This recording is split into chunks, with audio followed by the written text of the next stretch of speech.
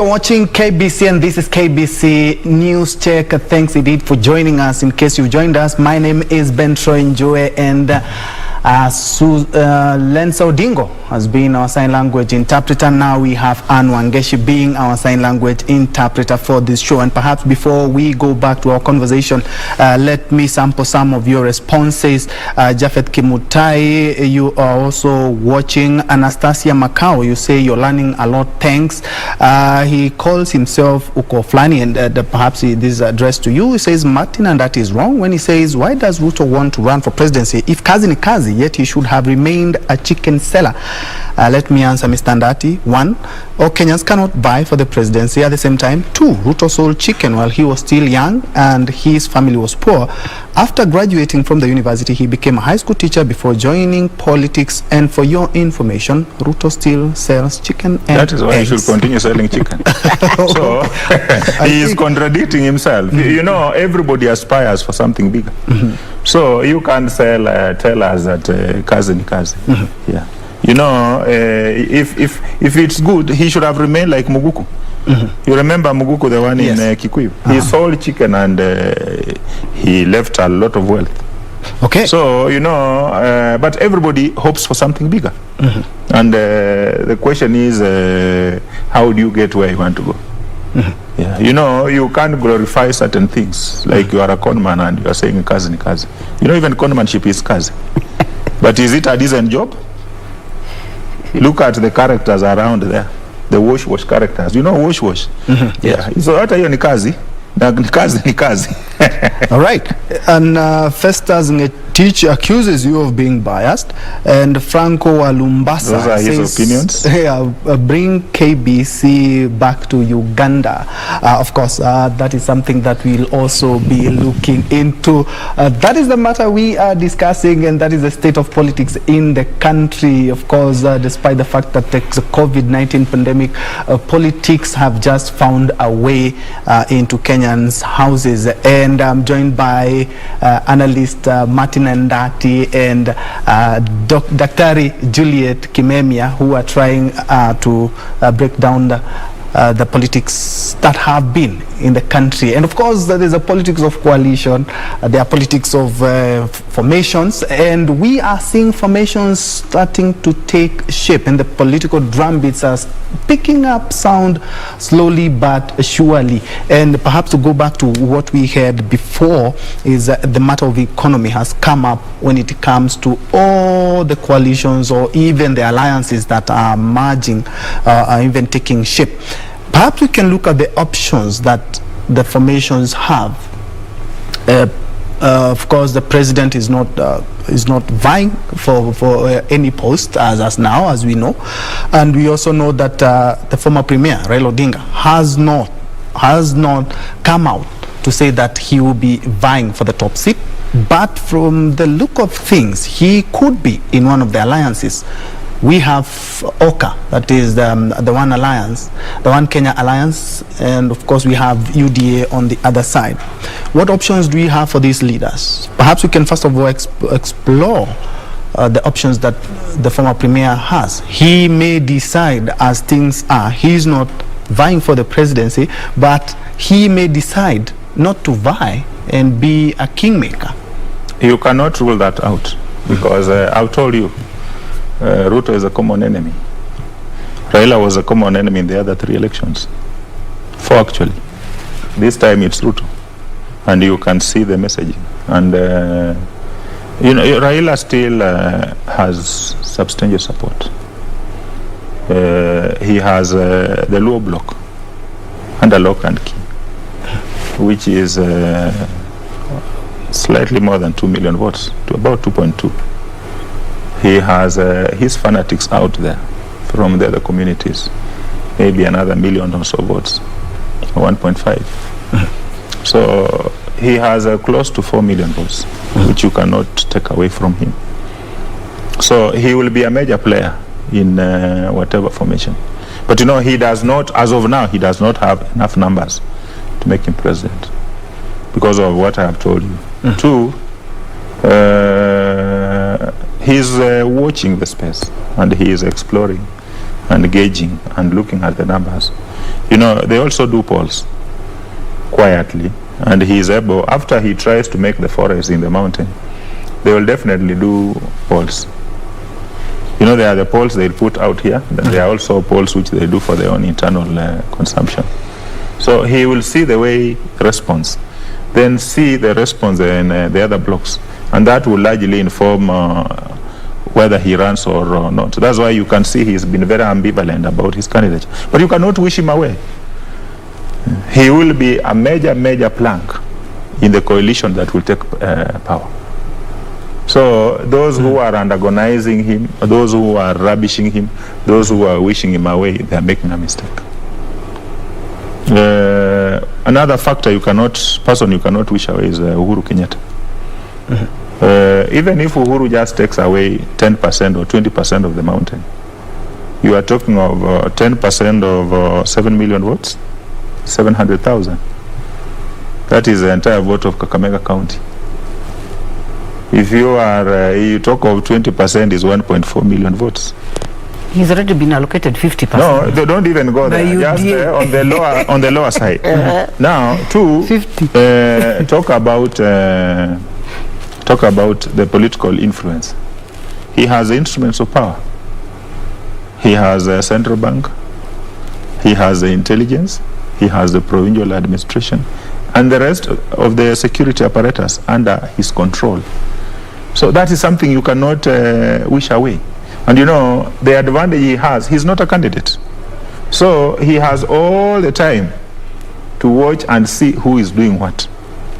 As you guys are busy running around making noise every evening, every morning, the president gets a security brief on virtually each and every candidate. He knows who is doing what, he knows who has which numbers, where. So that's something you cannot ignore. So there are two people here. Raila, Uhuru, you cannot wish away. Ruto is a factor, but he's a candidate. Musalia is a factor, but he's a candidate. Kalonzo is a factor, he's a candidate. Raila is an undeclared candidate, because he's not come out clearly to say whether he's running. And he's sending, you saw even when they set the deadline for submitting the ODM papers, he didn't. Because he's watching. And he's on record saying Ruto thinks he can become president without me. So Raila would want, the way Ruto stopped him from being president in 2013 and 2017. You know, revenge is a dish best served cold. So he would be very glad to also do what Ruto did to him by making sure that Ruto does not get to the presidency. And if it means Raila not running and endorsing somebody else to make sure that Ruto does not become president, he will do it. I can tell you that for free. Two, that's why the Oka guys must also try to be strategic. You know, in Oka, Gideon has money. Most of it inherited. But he doesn't want to spend it. Our politics, money is still a major factor. He inherited Kanu. He is a son of Mzee Moi. So he inherited a big party. He inherited a big name. But he is struggling to fit in the shoes of the father. So Ruto has run him out of Rift Valley. With all fairness, no, that's the truth. He has run him out of Rift Valley. So he doesn't have much. You see, even people like Pogisho, people like the senator Lenyangapuo, were elected on Kanu. But you see, Lenyangapuo has come out openly and said he will not run on Kanu in the next election. He has formed his own party. Yeah, you see, he's forming his own party. Because he's realizing the association with Kanu is not helping him. And you know, people were hanging around Kanu because there was a bit of money coming in and all that, and the Kanu networks. Now, when you see he has built his own money. Should not underestimate. And of course, Kanu has loyalists. You know, Kenya, so, actually, perhaps what Doc is saying. Don't underestimate us. So, I'm not underestimating them, but I'm just giving an honest opinion of what they are. What is happening? But you see now, Oka has a challenge. You have Musalia who wants to run. He's under a lot of pressure from the community that he must run. If he doesn't run, he becomes kaput. You have Kalonzo Musyoka who feels he's more senior. And he is. He is. It's true. He is. He joined parliament in 1985. He became. He was vice president for 5 years. He has run for president in 2007. He got 894,000. Musalia was joined parliament 89. He was vice president for 3 months. He ran. He got 47,000. So Kalonzo's argument makes sense, but the ability, the potential to draw more support is now where the challenge is. Between Kalonzo and Musalia, who will draw more support? You know, Kalonzo has the 2.2 million Kamba votes. Musalia, if he rallies the Luhya nation, and that is also a question, you know, yes. You don't rally by making assumptions. You don't sit in Nairobi here and imagine that after running in Nyandarua, going to Murang'a and Nyeri, and the people cheering you now, the Luhyas will follow. They see that those ones are cheering you, so they endorse you. That's not how we do our politics in the Luhya nation. And I'm one of them. You have to go to the people, including your own blood brother, same mother, father, and talk to them and tell them that, look, I, Musalia Mudavadi, I want to vie for president, and as my brother Njue, I expect your support. You know, in no uncertain terms. That way they will support you, but you don't sit out here and make assumption that they will know you are running anyway, because the Kikuyus do it that way, the Luos do it, the Kalajis, because those ones are not Luos, they are not Kikuyus, they are not Kambas, they are Luhyas. That's why they are Luhyas, and that's why we are. You think perhaps now that the Luhya nation, of course, it has factions. We have, of course, Musalia. We also have Weta. There are no factions. There are no factions. You know, even Mount Kenya, you have seen. Who says in the last elections, Raila got 95% of the vote? Which factions? Look at the numbers. In 2002, the Luhyas voted wholesale for Mwai Kibaki.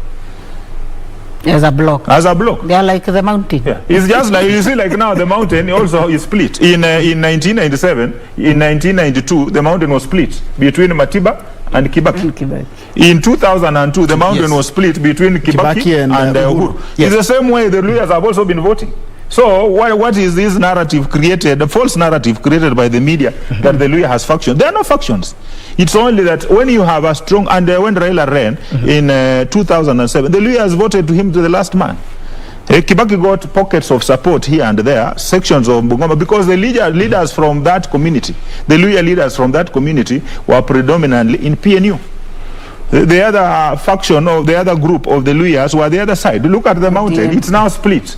You have the west and you have the east. But it's not even those ones in the west. It's not an entire block. You have Muturi and his group.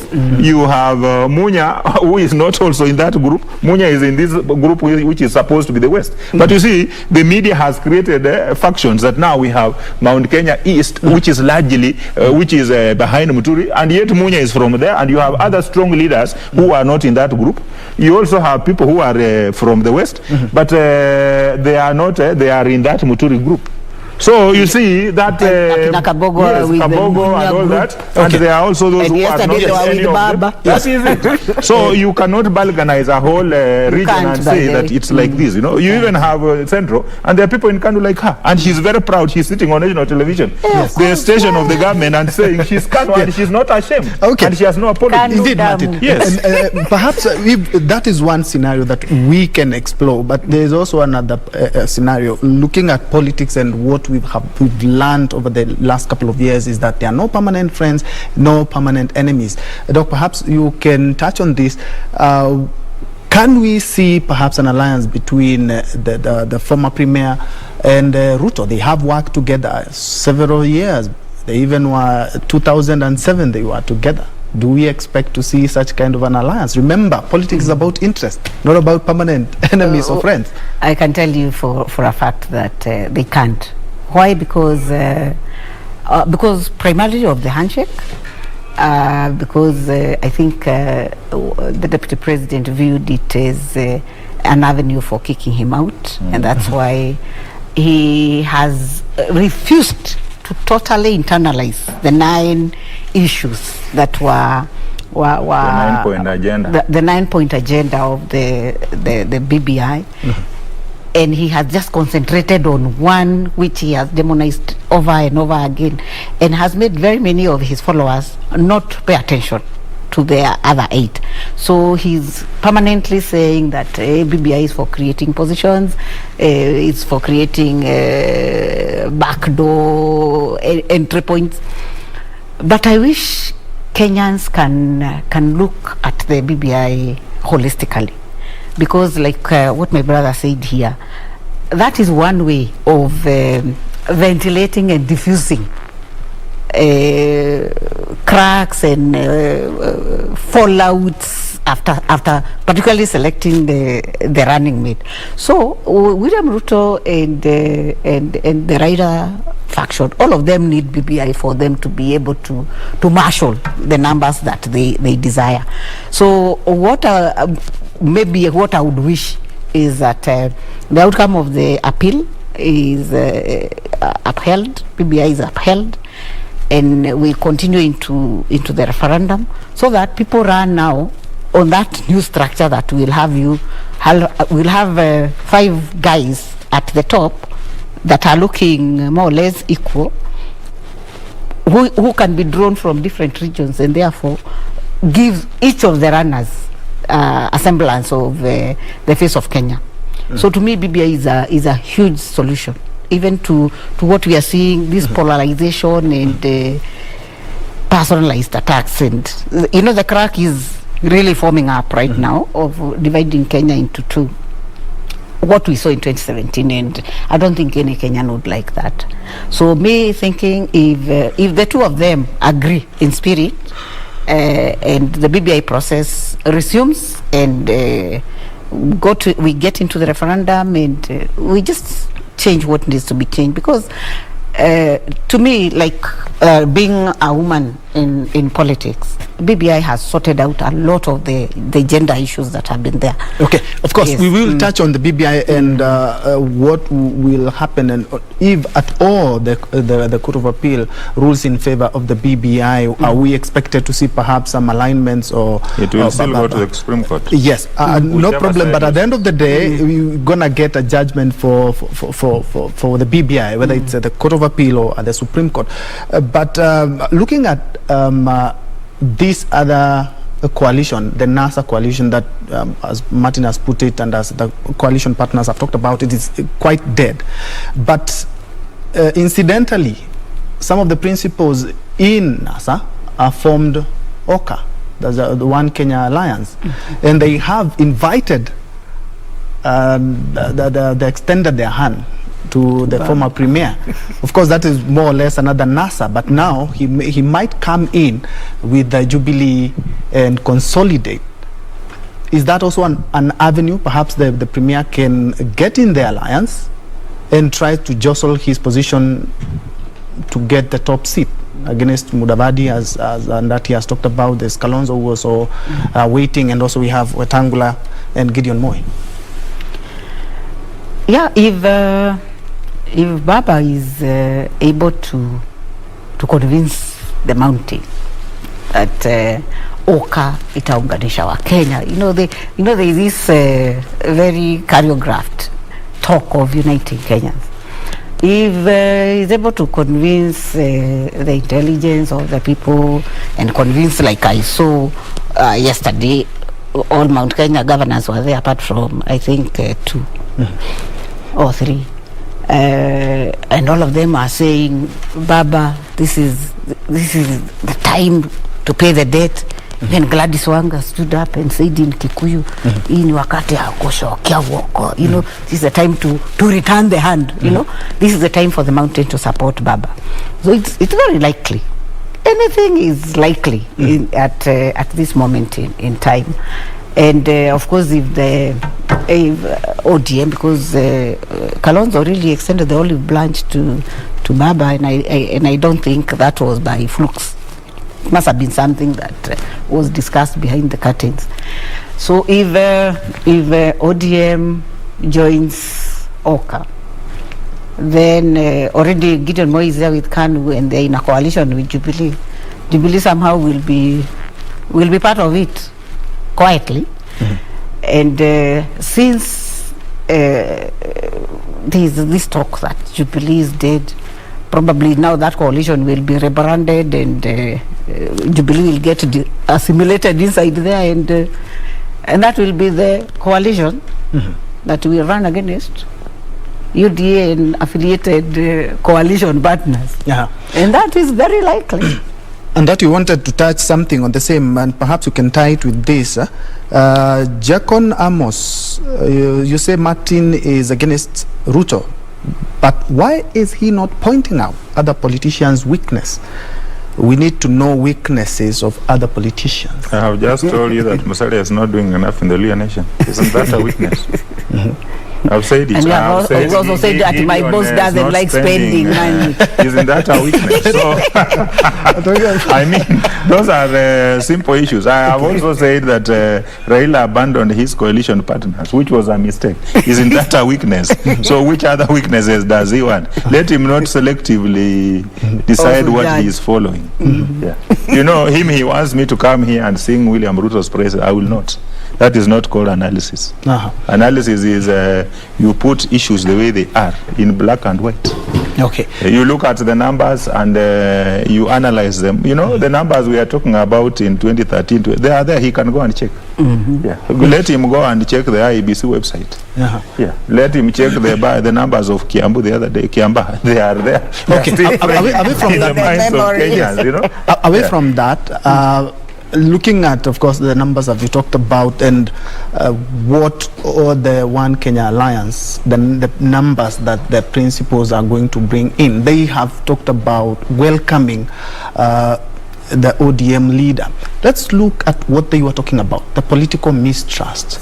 First of all, they talked about not being actively involved, and that is why perhaps they decided to get out of NASA. Then there was the finance issue. Of course, the ODM leader and the party has decided that, of course, they are going to share the money with the other political parties. What do you see in case the former premier decides to join them as he was invited? He can't join them. You see, Raila has more support than any of them. And he told them if they are to work together, they must be ready to go for a competitive nomination. Can any of those guys beat Raila in a competitive nomination, even if he doesn't ferry his men in black from Kibra? They cannot. That is the truth, you know. Like the truth is in a free and fair contest, even without Raila doing the normal games he does. But they could also, looking at the mistrust. No, forget about, we'll talk about mistrust. There are issues of mistrust, but can they beat Raila in a free and fair contest? They could decide. So, you know, to sit down and agree on who but you see, he has told them if they are to work together, they must agree to that. And he knows they will not agree because they know none of them will beat him. So, they had a coalition agreement in 2013. CORD. You know, CORD was a coalition. Yeah. Musalia, Wetangula, Kalonzo and Raila. And the understanding was that Raila will not run in 2017. He still managed to dupe Kalonzo. But you see now, Kalonzo, you heard him say Oka will be spearheading. Where now, to him, it is him or Musalia being at the top. In fact, it's him. He fell short of saying, I will be the candidate. So to him, it's Raila joining to support them. That is what they are looking at. But Raila will not agree to that. If they have refused to support him a third time, Raila is not going to agree them to support them the first time.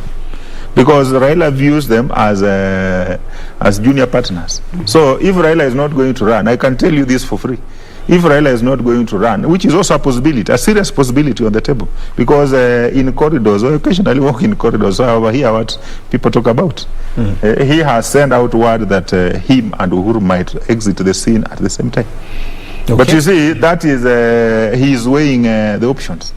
So if he sees that his candidature is not viable, because these guys have refused, and he sees that the mountain has not impressed him, and they keep on carrying polls, they keep on quietly carrying on their own polls, he will make quite a number of forays in the mountain, and after that they will carry out a poll.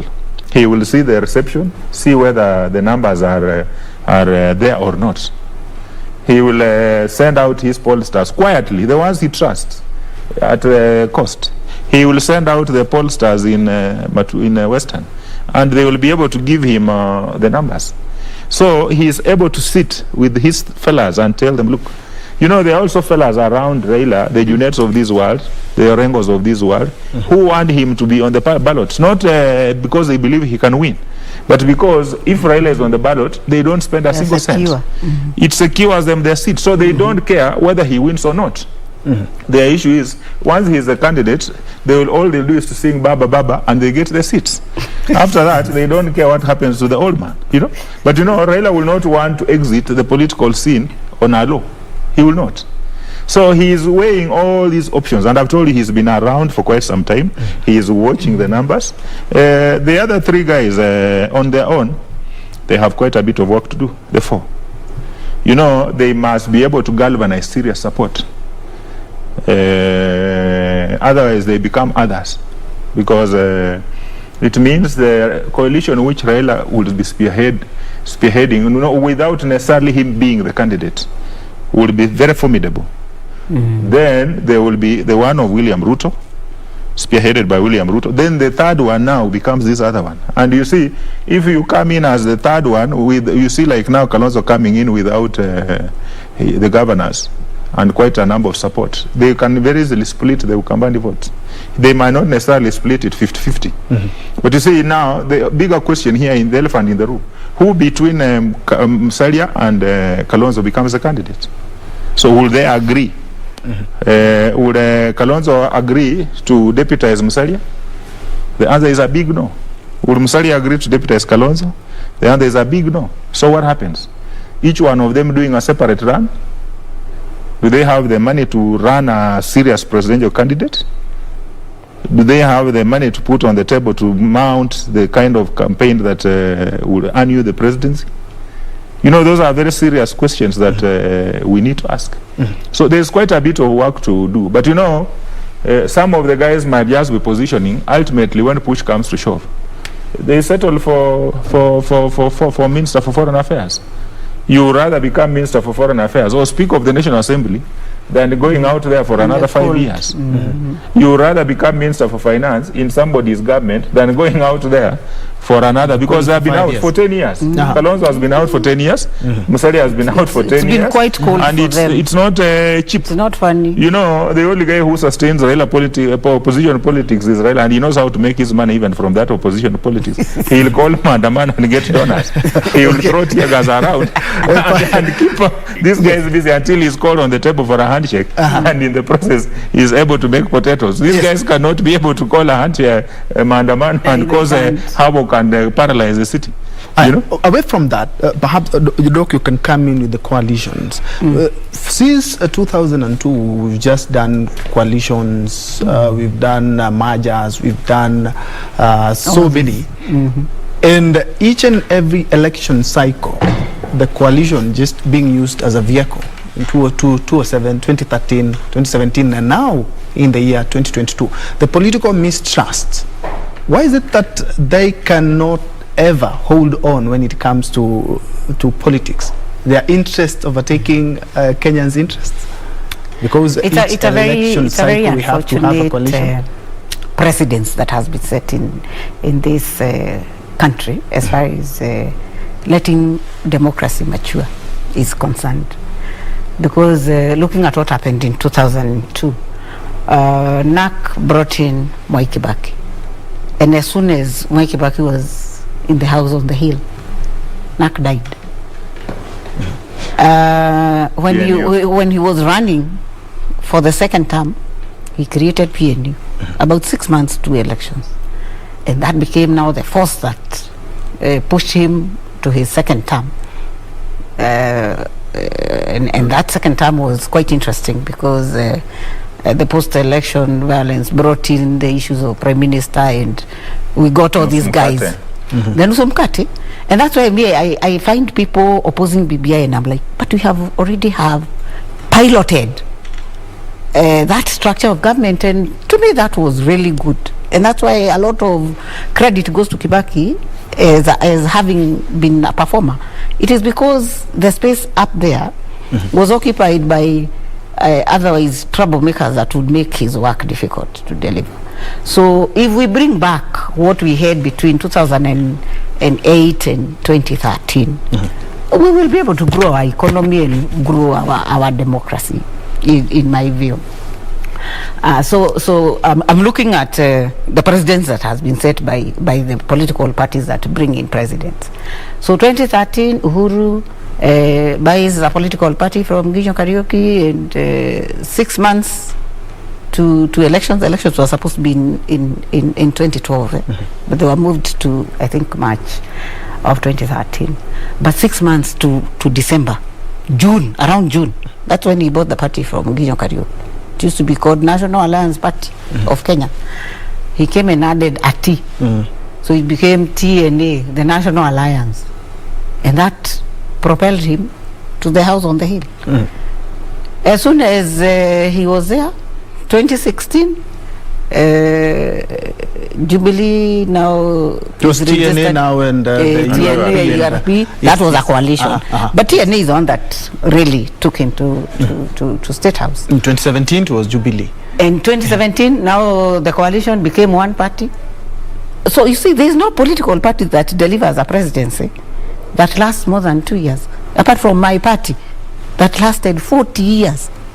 You know, and me, what I'm telling people, instead of going to start registering new parties and stuff like that, why don't we just go back home? Why can't all these guys come back home and we are here with open arms to receive them? Either way, Doc. No.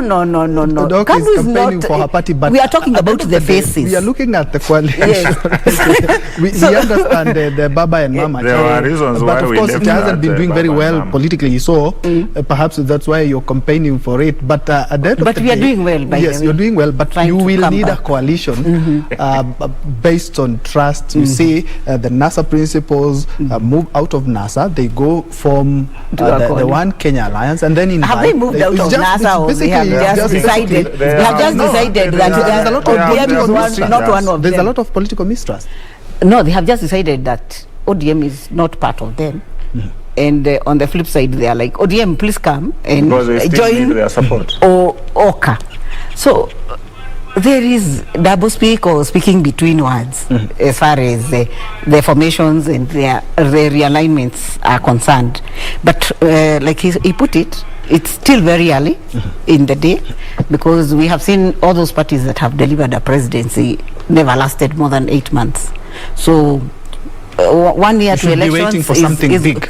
is good time. What they are doing is preparation. And there's going to be one coalition now. The OKA Alliance and ODM and Jubilee will form one coalition. That's what I can predict and project. Seems to be looking into the same crystal ball I'm looking at. But Mr. Andati, because of the interest of time, we need to pick up the pace. Now we have the BBI that is expecting a ruling in the next like 20-something days, next 3 weeks or something. What happens? Let's say the Court of Appeal decides that the reggae can go on. Does that form the basis or foundation for new alliances, if at all, the reggae? You know, the way the judgment of the constitutional bench was structured, you can't overturn all those orders. You can only overturn some of them. So whichever way it goes, it will end up in the Supreme Court. And once it goes to the Supreme Court, we are talking of November, December. By November, December, certain timelines will have been overtaken by events. You can't create new constituencies. There are certain things you can't do. You can't even have the referendum. There will be challenges. Because as IEBC is structured, you know, we are still recruiting the commissioners, which maybe in another 2-3 weeks, we should have known the new commissioners. Then there will be debate on, do we continue retaining the current commissioners? Because there are people who feel the commissioners are, the ones who are in office are badly compromised. You had her complain about tallying. And you know, tallying is just adding 1, 2, 3. Even guys with PhD like this one are unable to add. It really shocks me in this country that people cannot agree. In a by-election where the numbers are not high, people cannot agree that you add 1, 20, 30, 50 until you agree on the numbers. I mean, we have a country that does not have common sense. So whichever way the Court of Appeal rules, there will be appeal in the Supreme Court. Give it another maybe up to November, December. So that's whichever way it goes, that reggae will not be back. And that's why I've told you, the guy who is going to get power is not the guy who does the largest rally out there. It is a person who is able to build the best, broad-based coalition. Two, she's explained something when you asked her about coalitions. The parties come in, even 6 months to the election. They came in, Uhuru came in very late with the TNA, rebranded that NAP Kenya and turned it into TNA.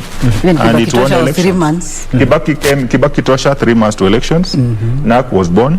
We got these other coalition, PNU, 3-4 months to elections, and it won elections. So this hype about running all over and people thinking that that is the formation that will win elections is a lie. And I told you from the beginning, we might not even have Oka Kenya in the next few months. In fact, NASA died the moment they lost the elections. The moment Raila went into bed with Jubilee. That was it. Jubilee died the moment they won elections because Uhuru now was president. He didn't see the need of having the party because those coalitions are basically special purpose vehicles. So you create them for a particular purpose. So once you serve the purpose, you have no business retaining the vehicle. You know, you are done. You have crossed the bridge.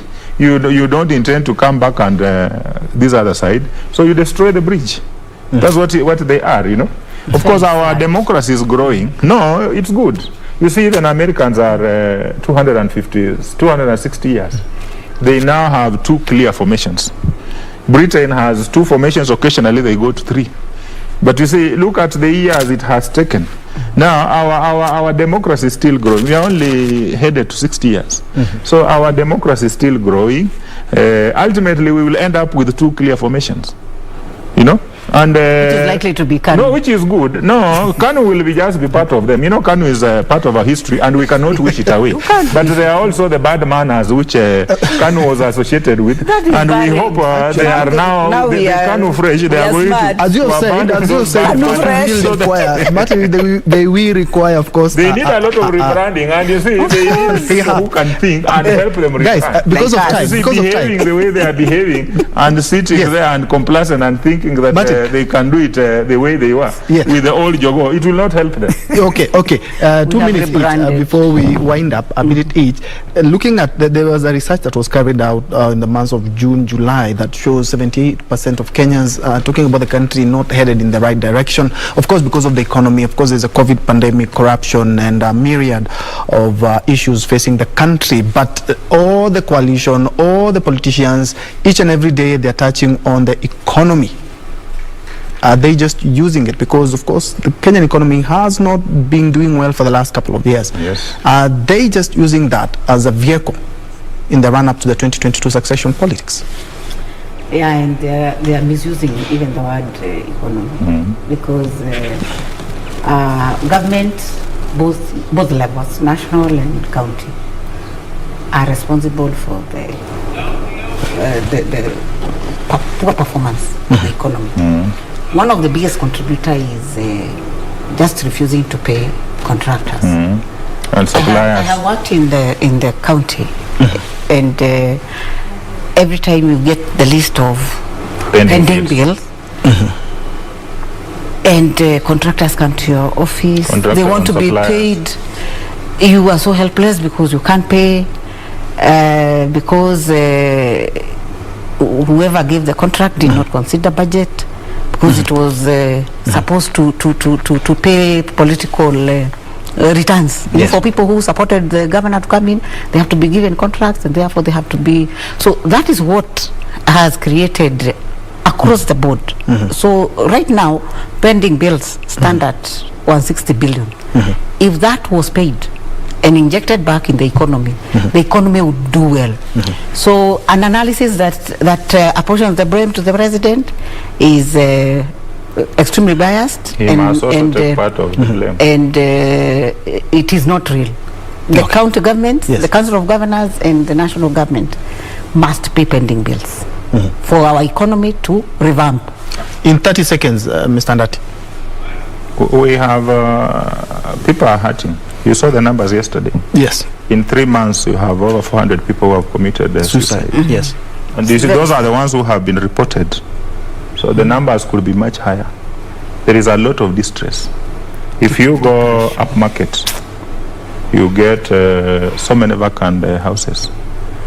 COVID has wiped away this thing they were calling the middle class. And the middle class must come out of the comfort zones because there are no more comfort zones anymore. COVID has wiped away the mortgages. COVID has wiped away the thinking that you have Medicare. It's a lie. The COVID effects are not covered by that cover.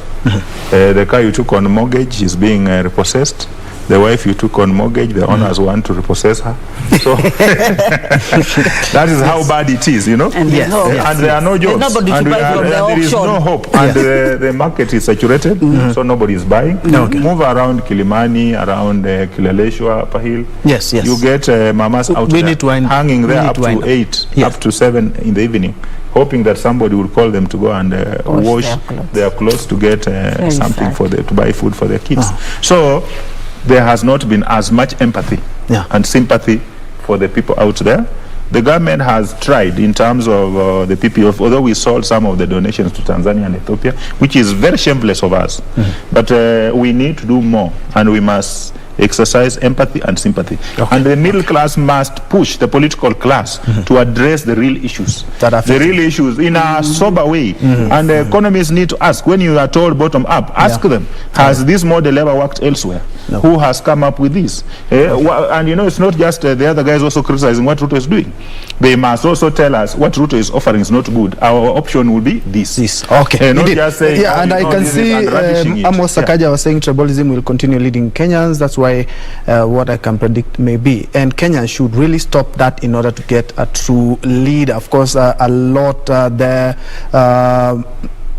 Also, somebody is saying a very good, very eloquent and inclusive panel. That is Mungai Njuguna, Jacob Amos, thank you. I can see your comment. Abdallah Yusuf, you also tuned in. Unfortunately, I won't be able to sample all your responses, but thank you indeed so much for watching. This has been News Check. I'm giving the baton to my colleague Gladys Mungai with the Kurunzi Mashinani, and of course Tamrini will be coming up next. I've been hosting